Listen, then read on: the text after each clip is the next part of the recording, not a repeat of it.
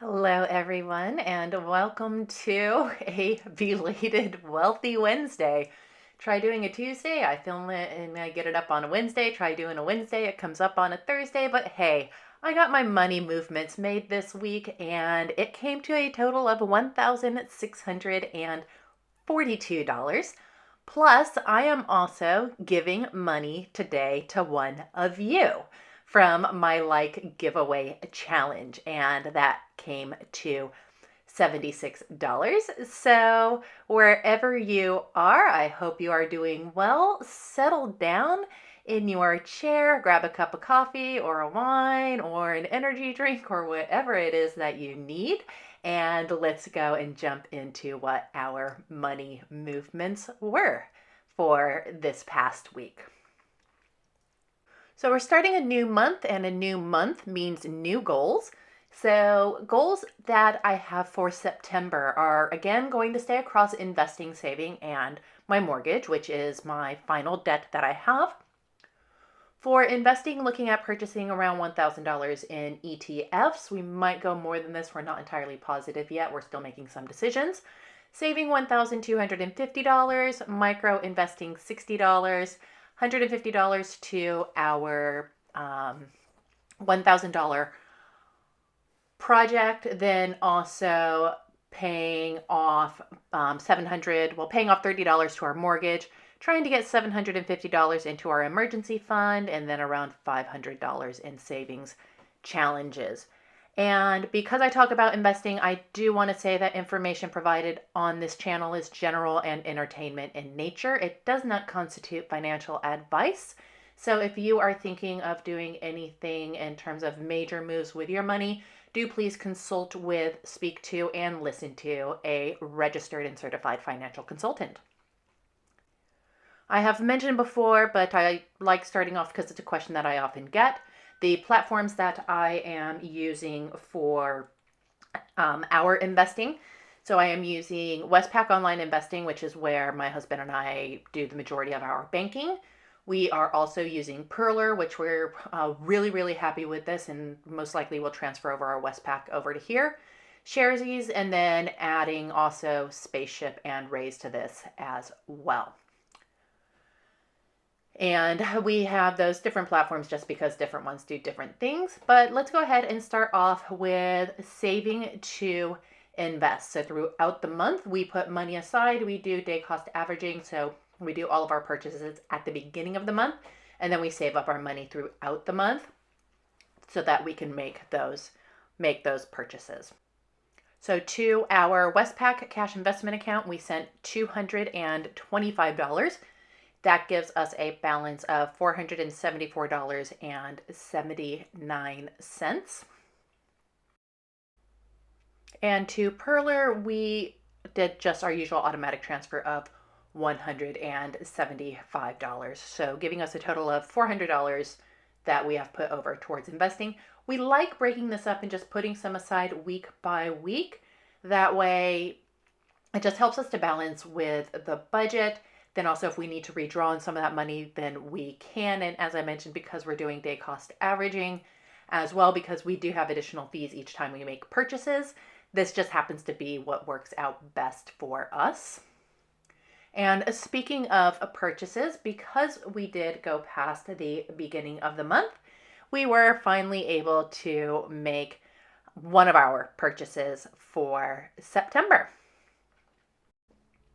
So for this month, for September, the purchase that we decided on was VGS, which is Vanguard Global, and that includes everything except for the Australian market within that. So we did purchase 10 shares at $101.83. Had a bit of a dip in the market, so we did get them on sale, including the brokerage fee. That total came to $1,038.25.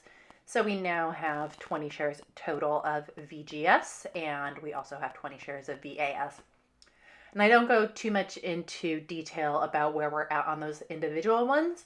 I might in the future. I just don't know really if there's much of an interest for that of where we're at. I just kind of do updates on Instagram for those ones.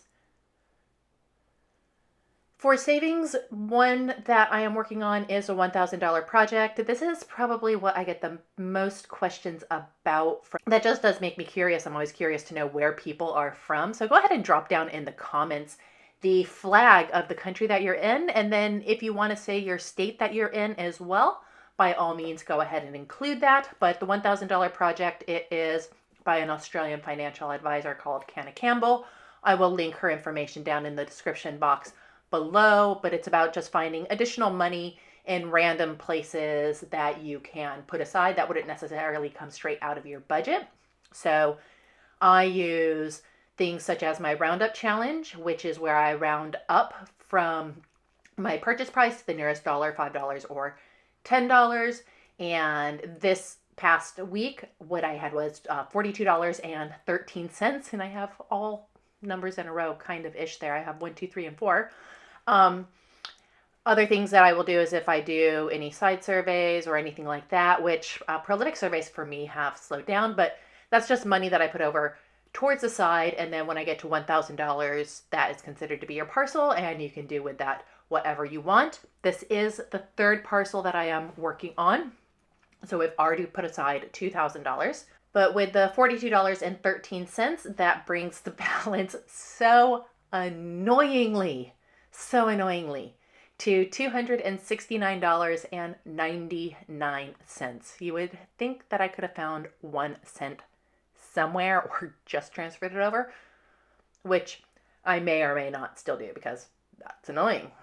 I also do have just some general savings that is going on as well. Some of these are through my savings challenges that I am doing, and those are just fun ways of still working towards my savings goals.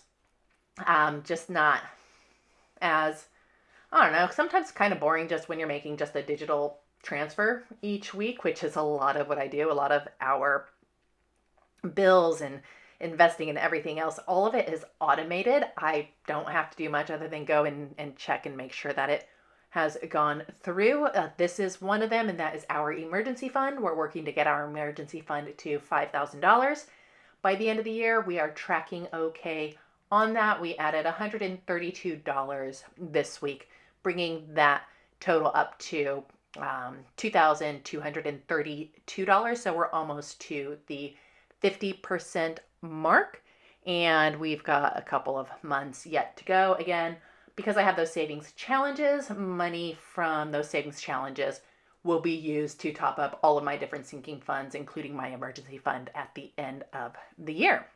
Now, normally at this time, I would also cover my like challenge. So thank you again, acknowledging Tasha at Mind Your Money, who started the like challenge on her Transfer Tuesday videos. Definitely have to go and check her out when you get a chance.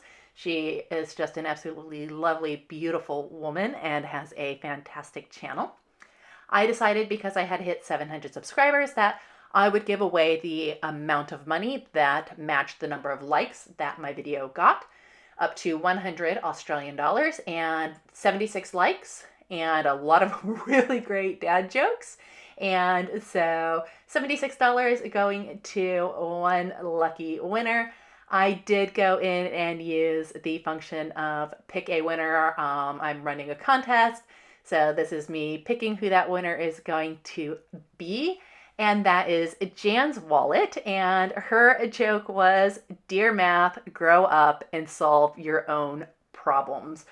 Which I think a lot of us say that as we reach for our calculators or forget our counting when we are doing our videos. So congratulations to Jan's wallet. We have been in touch and she has accepted the winnings as well. So that will get transferred over to her. So thank you, everybody. If you have not had a chance to go and read some of the dad jokes in the comments from that video, they were gold. My husband and I were laughing over so many of them. And that was a really fun challenge to do as well. I'm going to do something a little bit similar, I think, in October, but instead of being a giveaway, I'm doing a really big charity event and fundraising in October. So some of it will go towards that, but you never know. We are also working on paying down our mortgage, and we are just making an extra $30 per week payment. I've had a few questions on how we came up with that number. I did use an amortization calculator for that and just basically plugged in different numbers, and I wanted to know, okay, how much extra do I have to pay every week in order to take 3 years off the mortgage? And $30 was what it came up with. If you're interested, let me know in the comments and I can make a short tutorial video on how we did that. So that brings our totals for week 1. So for saving for investing was $400. We invested $1,038.25. Again, $19.95 of that was the brokerage fee. $42.13 to our $1,000 project, $132 to the emergency fund, and $30 to the mortgage. So not a bad start for the month, in that we did have a total of money movements of $1,642.38. Now, something to keep in mind is that this does have some rollover in it, because that money that was invested is money that was actually saved in August, and not all of the money that was saved in August was invested. Some of that is carrying over as well. So it's not like we just took $1,600 out of our paychecks and such. This is where it's almost like preparing to be 1 month ahead, and that for September we're already starting to plan for October. And in October we will be planning for November. But in terms of our goals that we have, that does knock one of our first goals off the list already, and that is for investing in ETFs. We had a goal of purchasing for $1,000. We made that purchase of $1,000. For our emergency fund, we, put a chunk towards there. For savings challenges, I'll know that a little bit better after doing some of my stuffing and such. And then for debt, $30 towards it out of $120 that we're looking at paying extra. So in general, really happy with how we are going. I hope that you guys did find some value in this video, seeing what we're doing, that it does help to encourage you to make some money movements of your own as well. Again, it doesn't have to be big. Start small, especially if you are in the US. You have so many micro investing platforms. You don't have fees, where you really can start investing with just $1, $5, $10 per month even. And a really good person to watch on that is Mommy Trader. I strongly recommend going and checking out her channel, because she does a lot of micro investing on M1, and I'm not sure if she's on M1. I know she's on Robinhood. She might be switching over to M1 as well. And also really focusing on hers of dividend return. So dividend investing, which is one particular type, but to become familiar with how investing works, so you're not doing something that is high risk like crypto or something like that. Nothing against crypto. You never invest anything that you're not willing to lose. It can be a bit confusing sometimes starting. So using those micro investing platforms. So again, in the US, I say Robinhood and M1. I think Webull, that might be the one for crypto. I don't know. Don't quote me on that, because that's just that's out of my lane. In Australia, you have Sharesies, you have Raise, you have Spaceship, you have ComSec Pocket. Yes, we have fees that are involved, but with some of the smaller ones like Raise, Sharesies, and Spaceship, it's a really good opportunity to work with lower amounts, so lower risk, lower chance of losing that, and becoming familiar with the process. And start early. Start as early as you can, even small amounts, because those small amounts, the younger you are, that is the more time that you are going to have the best type of interest in the world. And the best type of interest is compound interest, because that is your money working for you. So I will step off of my soapbox there and thank all of you guys for joining me again, albeit late, for my money movements. Thank you to Mary at Pennies Not Perfection for, really starting this movement on Transfer Tuesdays. For everybody that plays along, everybody that contributes to the like challenge, do remember to boop the like button. I am back to saving that money. from this video for next week. As well, if you made some money movements, did something that you're proud of, let us know in the comments below. We are all here to encourage and to support one another as well. So do remember to always choose kindness, show gratitude, always keep a positive mindset, and I will speak to you in the next video.